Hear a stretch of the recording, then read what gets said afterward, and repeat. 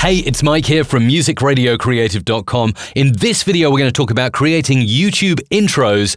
And as this is more of a visual topic, including a few audio segments here and there, I wanted to bring in a special guest for you. His name is Nimmin. He has an awesome channel, which you can check out.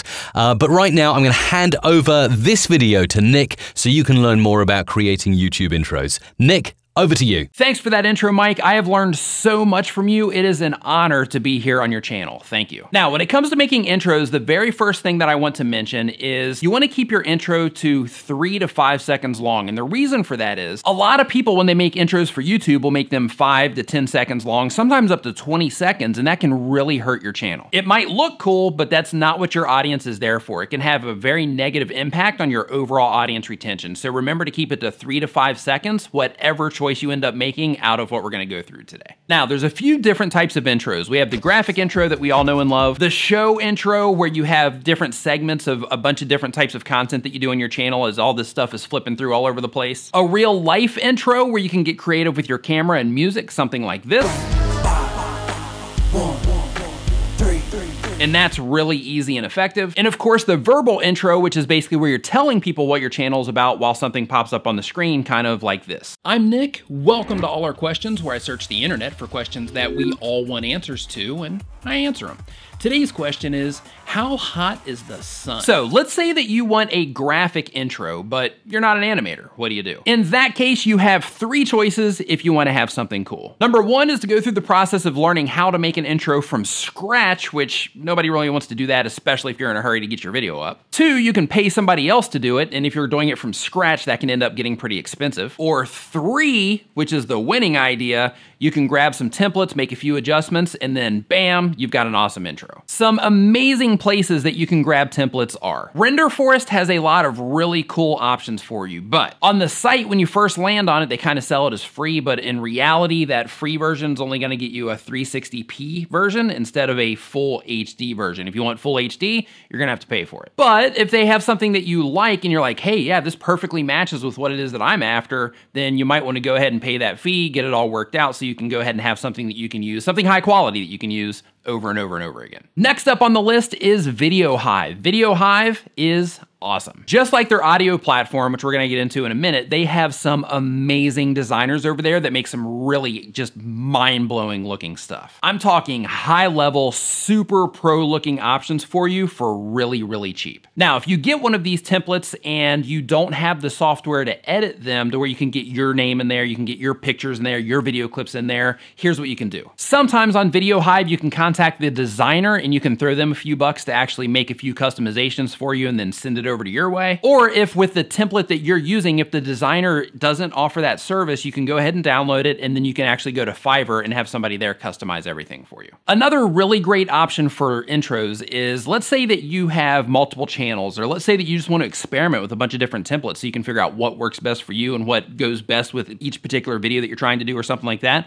A really great solution for you is digital asset membership sites. As an example, Digital Juice is amazing. They have some really great templates in there, and Video Blocks is also another really great option to where, let's say that you get your template downloaded and you get all of your stuff in there. Let's say you're doing it yourself, or even you're having somebody else do it, but you get all of your stuff in there and you're thinking to yourself, yeah, you know what, I thought before that this was gonna be pretty cool, but now that all my stuff's in there, it's not really what I'm looking for. In that case, you just go into the digital asset membership site that you chose to become a member of, and you just download a new intro. And then, problem solved. Now, once you get your intro template, one thing that I want to let you know about, just in case you don't know this already, is in your folder where you keep all of your video files, if you put a video asset folder in there with the actual project file of your intro, then when you actually want to drop that intro into your video, you always have that same place along with your lower third, your end screen and all of that, contained in that one folder where you can just go there and drag them in. Or you can go the full template method, which we're gonna get into here in just a minute. But if the software that you're using does not allow you to pull in that template file, let's say that you are editing your videos in Sony Vegas, but you got an intro that is After Effects and it doesn't let you pull the two together, what you can do is you can render that video out of After Effects, or you can have whoever makes that intro for you render it out of After Effects or whatever it's made in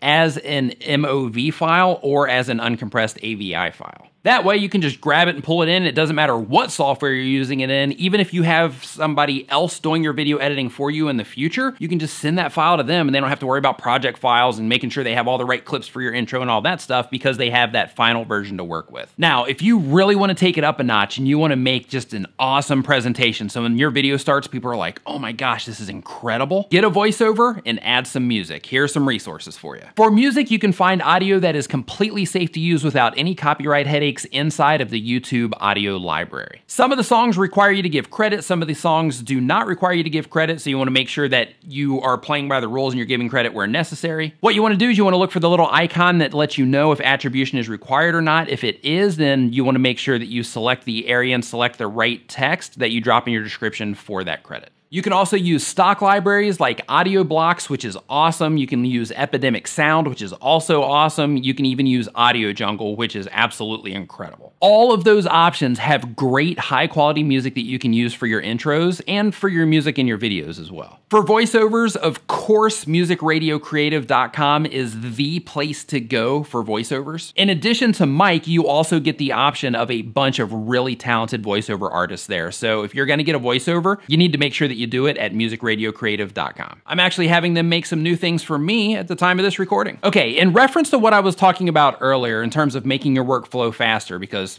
who wants a slow workflow? Once you get all of this stuff together, you get your intro, you get any music that you're gonna be using, you get any voiceovers that you're gonna be using. Once you compile all of these video graphics that you're gonna be using and all these audio, all this ear candy that you're gonna be using, it's a really good idea for your workflow to get a template together. Here's what I mean. Start with one project file. Whatever it is that you edit your videos in, open up a project file and go ahead and pull in your intro. Go ahead and pull in any music that you're gonna use, pull in your end card, pull in your lower thirds, pull in any other graphics that you use on a regular basis in your videos. It doesn't matter where you put them. You can put them at the end of the timeline, you can put them at the front of the timeline, you can just kind of have them where you think they might end up falling if you use a similar video structure every time. But the idea is to have one folder that you can copy and paste every single time you go to work on a new project. You rename the folder, you rename the file, and then you open it up, and inside of the file, you already have all of your video assets, you already have a stack of audio clips to choose from, all of the sound effects that you commonly use and things like that, so that you don't have to hunt the stuff down every time. It's already self-contained, it's already in there.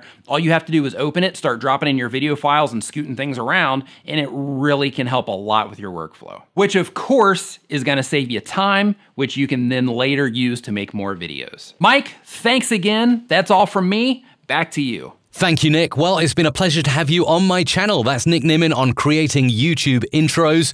Go and create your own, enjoy the process, and remember to subscribe to Nick's channels for more fantastic videos just like the one you've seen right now on my channel.